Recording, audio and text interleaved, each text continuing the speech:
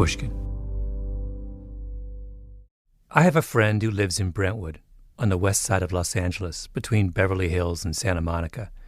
He has a little pool house in his backyard, and I stay there whenever I come to L.A., kind of like Cato Kalin, if your memory for O.J. Simpson esoterica goes back that far. Anyway, my friend's street dead ends on San Vicente Boulevard, one of the central east-west corridors in L.A. And on the other side of San Vicente is this absolutely gorgeous golf course, one of the many private country clubs that LA is famous for. If you drive down Wilshire Boulevard into Beverly Hills, 10 minutes east of Brentwood, you go right past Los Angeles Country Club, which costs maybe $250,000 just to join. That is, if they'll even consider your application. There's Bel Air Country Club just north of UCLA, which might be the most beautiful golf course in the country. Hillcrest off Pico, Wilshire Country Club in Hancock Park. I could go on. They're everywhere. Vast, gorgeous, and private. The one near my friend's house is called Brentwood Country Club, and it has a tall chain-link fence around it, which goes almost all the way out to the street, leaving just this narrow, rocky dirt track. There's no sidewalk. And since there aren't a lot of places to run in Los Angeles, tons of people run around the Brentwood Country Club on that narrow dirt track.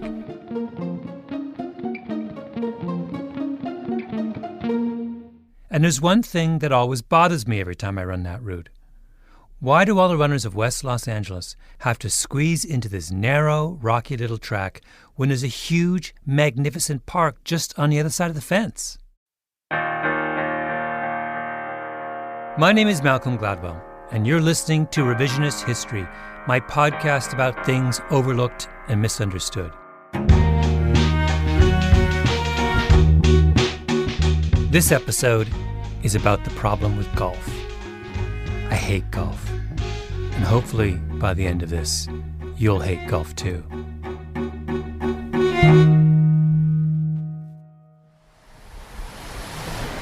I'm standing here with Di Zock, who is a very successful landscape architect, Santa Monica. And we're on the corner of San Vicente and Burlingame, and we're looking into the Brentwood Country Club. And the first thing I see is barbed wire. Looks like a couple of layers of barbed wire. This looks like the Berlin Wall. I don't think they want us to get in there. What are we seeing? Let's move a little closer here. What's that stand of trees? Do you know what those are? That looks like silk oaks in the foreground, and then I see a Cedrus deodora, quite lovely. Lots of larger trees, which are unusual in Los Angeles because there's so little open space. Yeah. There's some Pinus canariensis, looks like a redwood in there. I don't think Di Zock has ever played a round of golf in her life. That's exactly why I wanted her opinion. I wanted someone objective to tell me what it would take to turn this place into a park. Well, first of all, I would get rid of the 2 layers of barbed wire. The whole Eastern European feel, East German feel would have to be corrected. I mean, that might be some people's bag, but it's not very welcoming. Yeah. The typical golf course is 200 acres, give or take. That's a lot of land. You have to landscape it, mow it, drench it in pesticides, keep the sand traps perfect.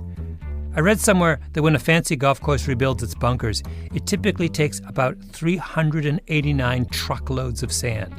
389! Just to keep everything nice and white and fluffy. But at the same time, because golf involves launching a potentially lethal projectile at great speeds across enormous distances, you have to severely limit the number of people on the course at any one time.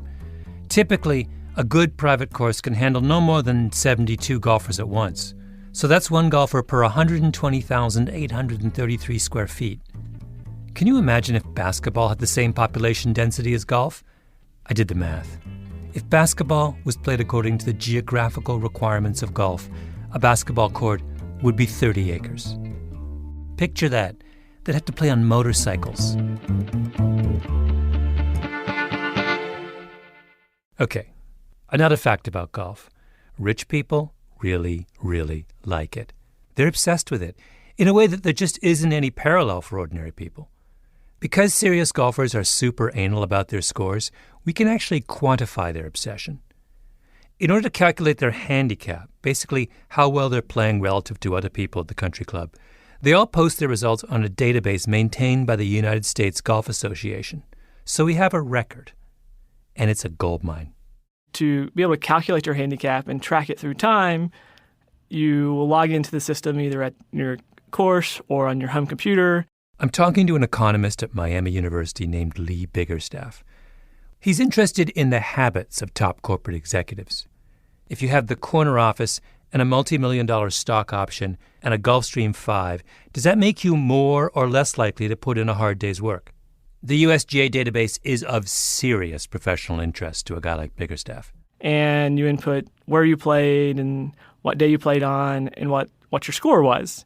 And, after a certain number of rounds being played, the USGA will indicate what your handicap is, your level of skill, which allows you to compete against other golfers of different skill level and kind of normalize against that. You know how you always hear that CEOs play a lot of golf?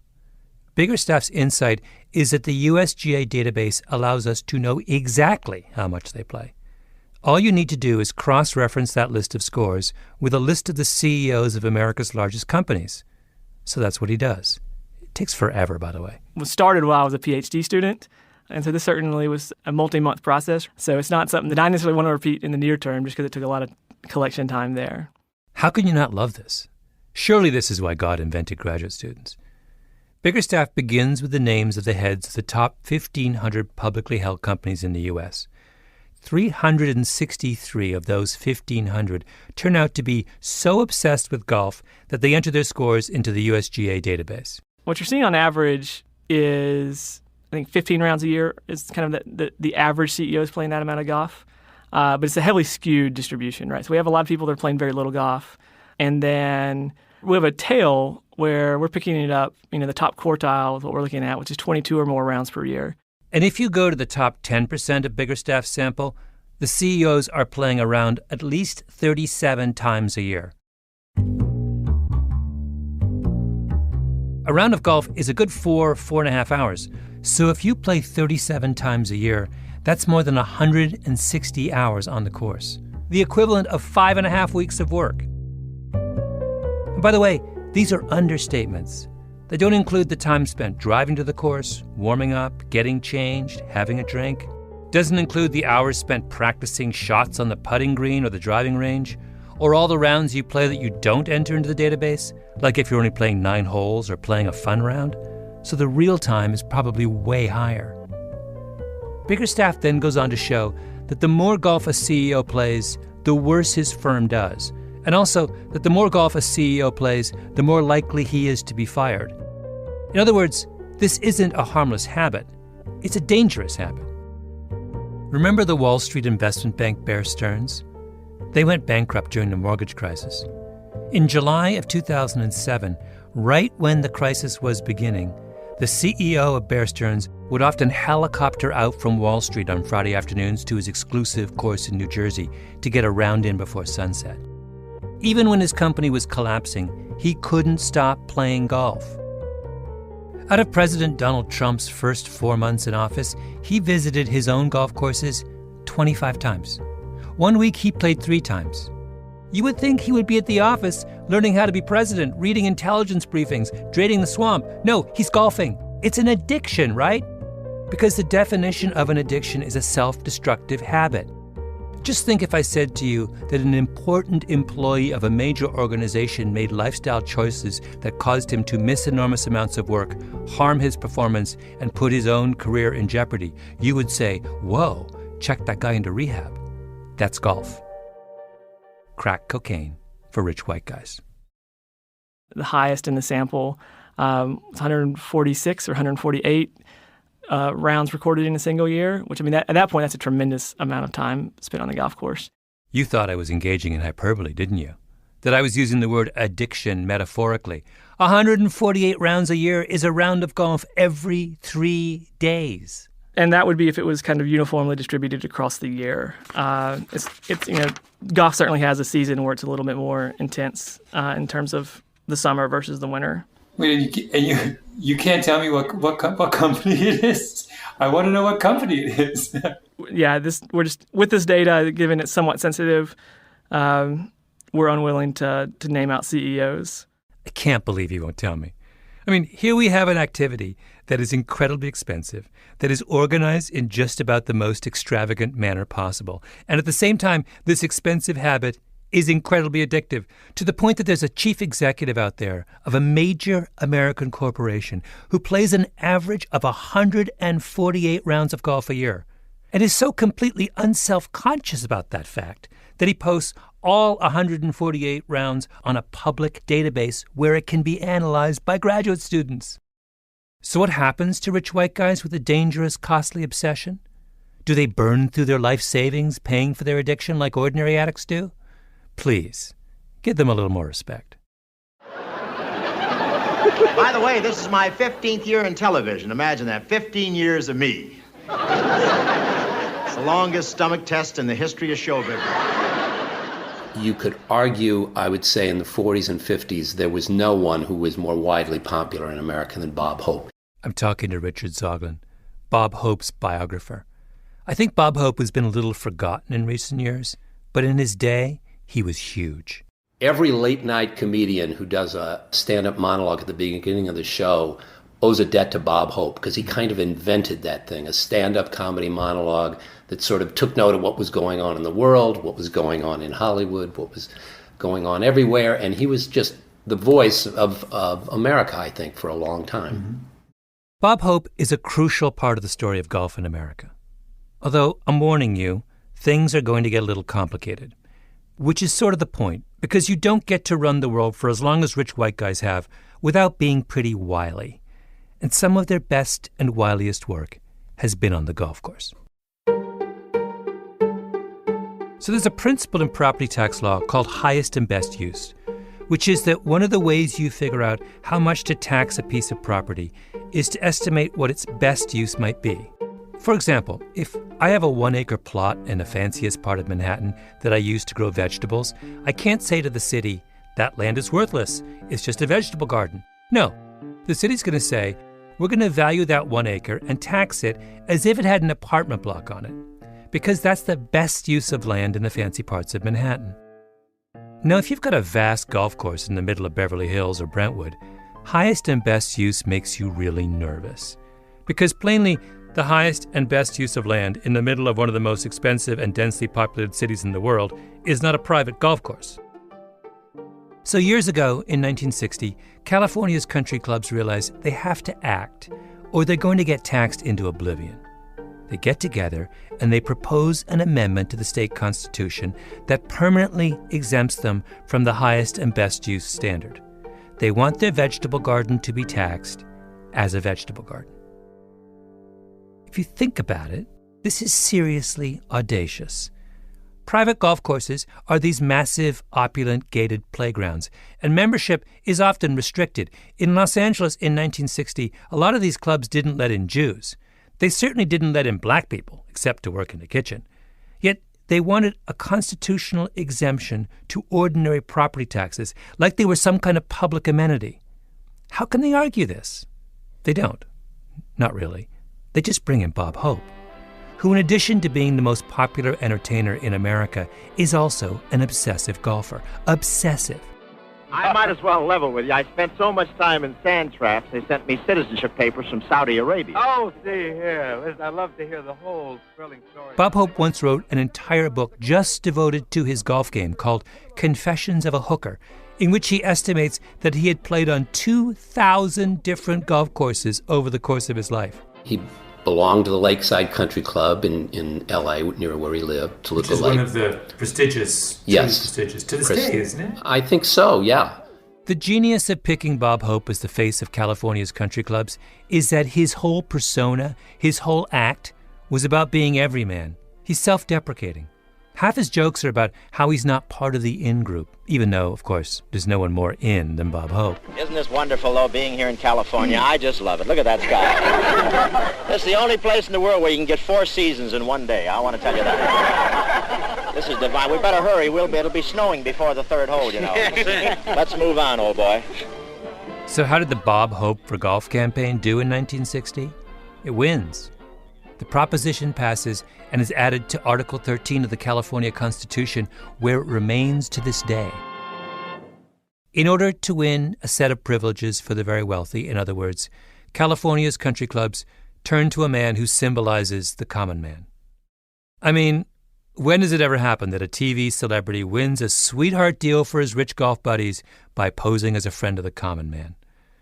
If you get my drift.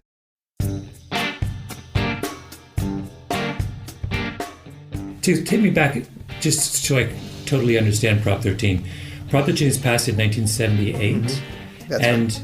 What are the principal stipulations of the proposition?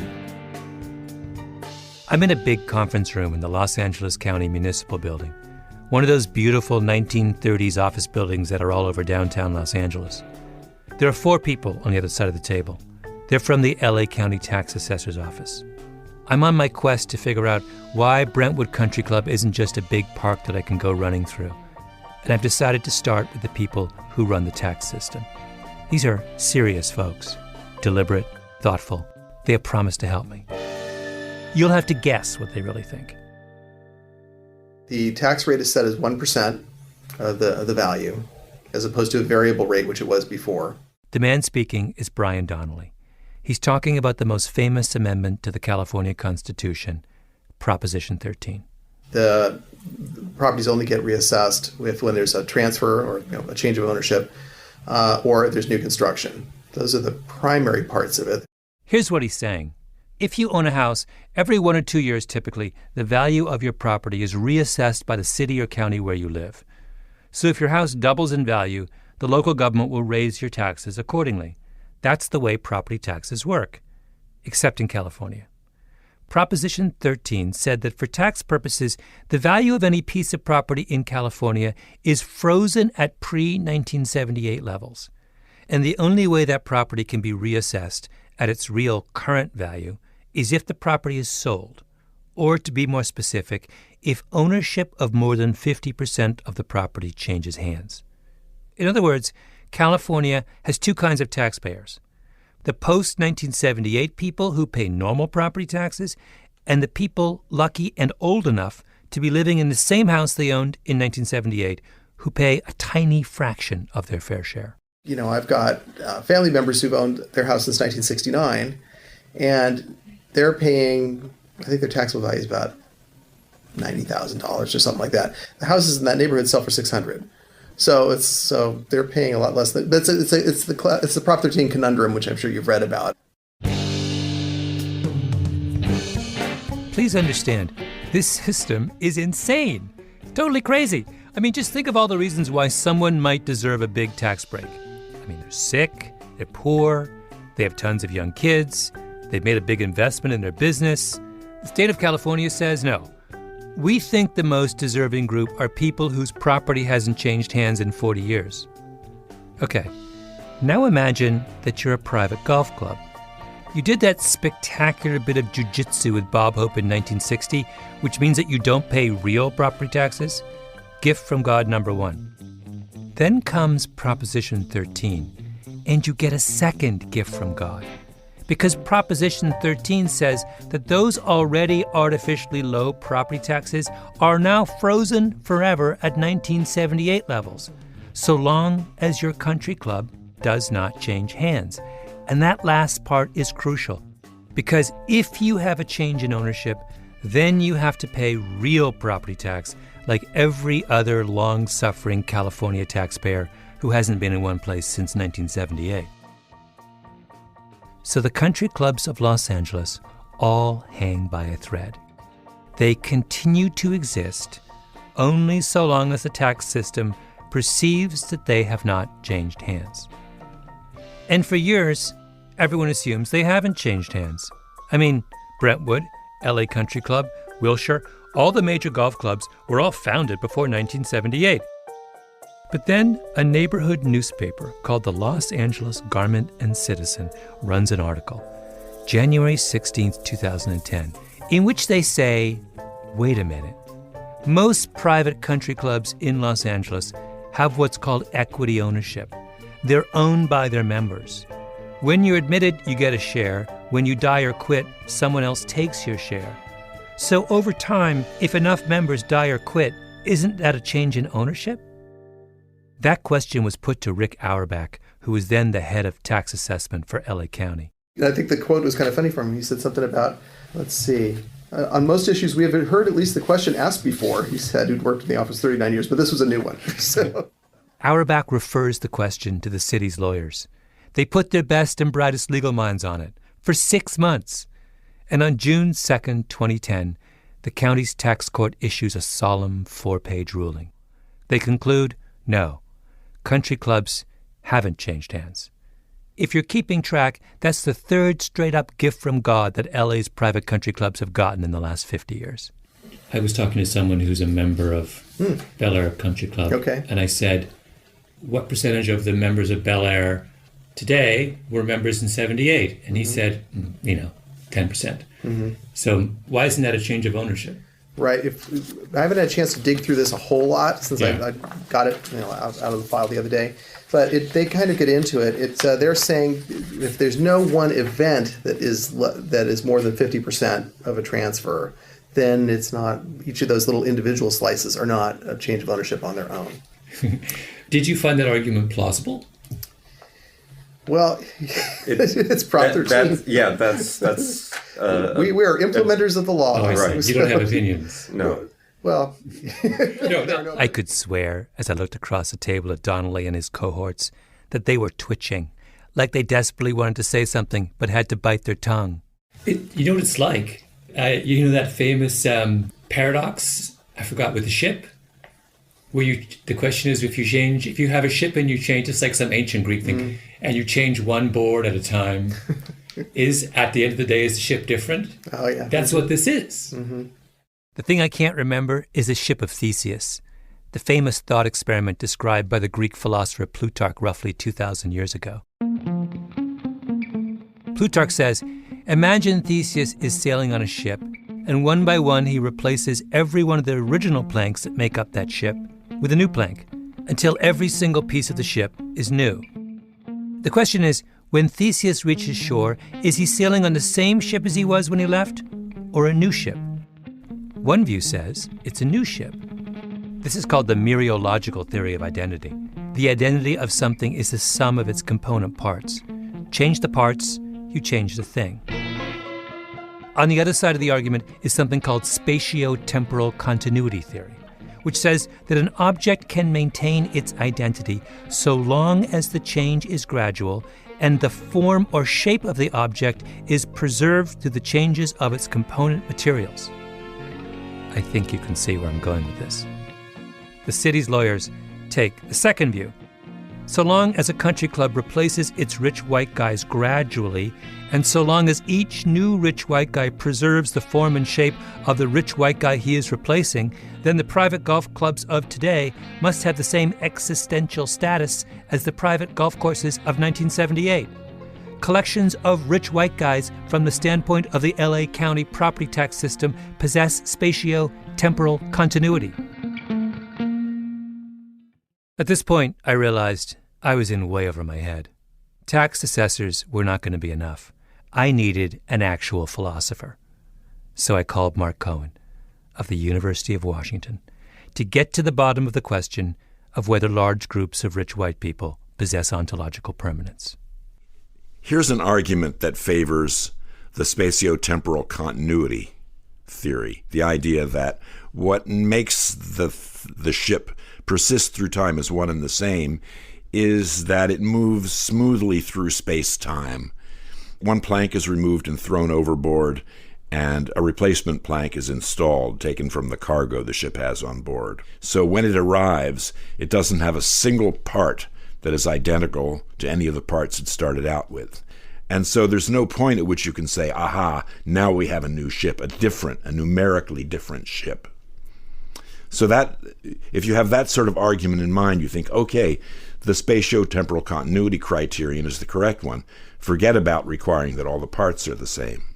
But Cohen is not finished. As a philosopher, his job is to consider all the scenarios raised by the ship of Theseus conundrum. like the museum counterexample. The museum example goes like this. Suppose the ship is in a museum of ancient ships, and a gang of crooks is trying to steal this ancient ship, and it realizes it can't just haul it out in one piece. They would easily be spotted.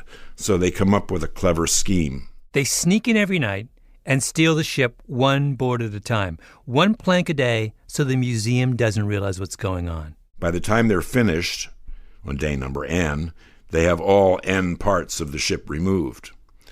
Now they reassemble them and put it on the black market. They're selling Theseus's ancient ship for a pretty price, and they've left a replica behind in the museum. I contend that in this case, when you describe it in this way, it seems as if Theseus's ship has been stolen piecemeal from the museum. Cohen's point is that there's no simple answer to the ship of Theseus problem. You can go around and around and around. That's why it's a puzzle. But do you see what the lawyers at the LA Board of Equalization did? They just waltzed into a philosophical conundrum that has bedeviled some of the best minds in the world for 2,000 years and declare victory and say, oh, it's definitely option one, spatio-temporal continuity. The problem as it stands is irresolvable, and you only come to a conclusion that makes any sense to you if you place it in a context in which there is something sort of extra metaphysical, something pragmatic that tilts you in one direction or the other. So what's the pragmatic extra metaphysical consideration here? It's that Los Angeles ranks near the bottom of all major metropolitan areas in the United States in terms of public parks. There's Griffith Park, off in the northeastern corner of the city, which only a fraction of the city can even get to. And then there's basically nothing, except these massive golf courses, which are both closed to the general public and subsidized by the general public. Do you want to know the size of that subsidy? I asked around. A guy I know knows a guy who's a member of the LA Country Club. That guy's back-of-the-envelope calculation was that the club's land was worth about $6 billion. But that was a couple years ago. Then I heard from another guy who said that they now think it's worth $9 billion. $9 billion! Under normal circumstances, the property taxes on that much land would come to about $90 million a year. Do you know what LA Country Club actually paid after you add up the Bob Hope exemption and the spatio-temporal continuity ruling? $200,000, give or take. All right, let's do the math together. They should be paying $90 million. In fact, they're only paying $200,000 in property taxes. $90 million minus $200,000 is $89,800,000. That's how much the taxpayers of Los Angeles subsidize one of the swankiest country clubs in the world every year. Well, now I want to bring up something else that comes to mind here, which is that the spatial temporal argument, taken out of philosophical context, strikes me as can sometimes be really troubling.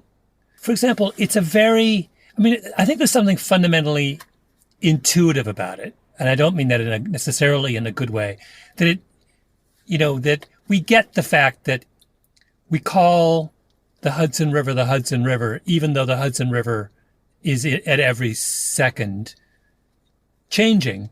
It's like, the water's not the same. Boats go down it, it never looks the same way twice ever, but we continue to call it the Hudson River. But it strikes me that in a political context, this kind of thinking can be used to perpetuate inequality and injustice. Interesting. For example, what is an aristocracy but a political formulation of the spatial temporal continuity principle, right? It is something like that. And it's troubling in precisely that way, because they're saying circumstances can change and the holders of the privilege can change. The father can die and the son can inherit the peerage, but the peerage remains intact. It has this quality that's independent of all that's going around it, and that's... Yes, where the identity of the object confers, for example, a right or a title, and if it's considered to be held intact and in full by whoever holds it at any one time, then basically that removes change altogether from the realm of what matters as far as ownership is concerned. Yes.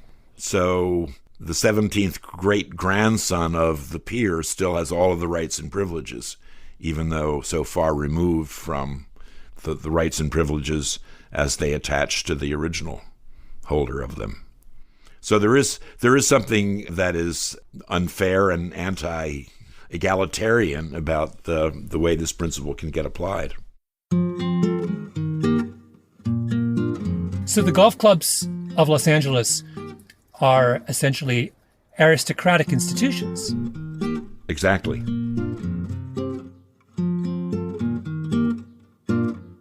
I think someone needs to tell Brentwood and LA Country Club and all the others that if they want to hold spatio-temporal continuity privileges, they have to give something back. Take down your barbed wire.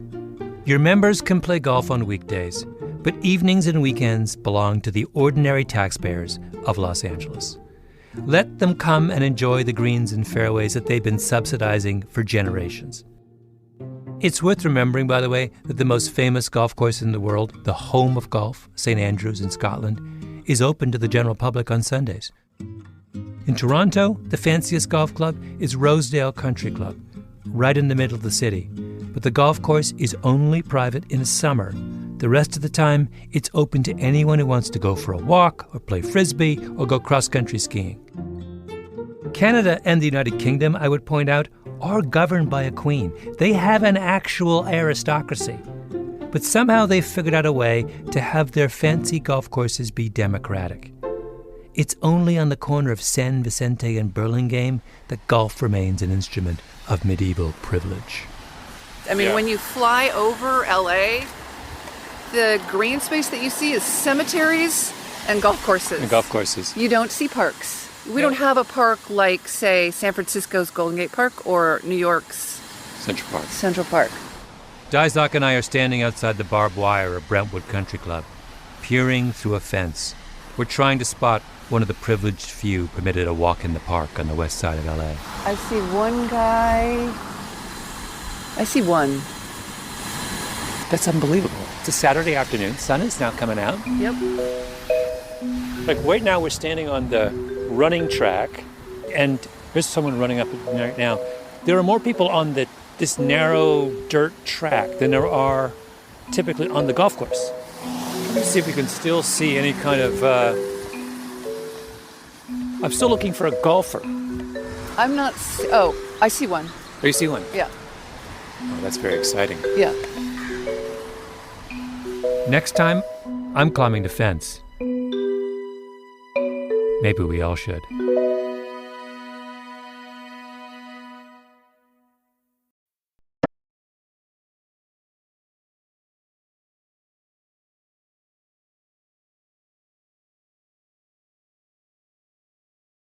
Revisionist History is produced by Mia LaBelle and Jacob Smith, with Camille Baptista, Stephanie Daniel, and Xiomara Martinez-White. Our editor is Julia Barton. Flawn Williams is our engineer. Original music by Luis Guerra. Special thanks to Andy Bowers and my old pal Jacob Weisberg at Panoply. I'm Malcolm Gladwell.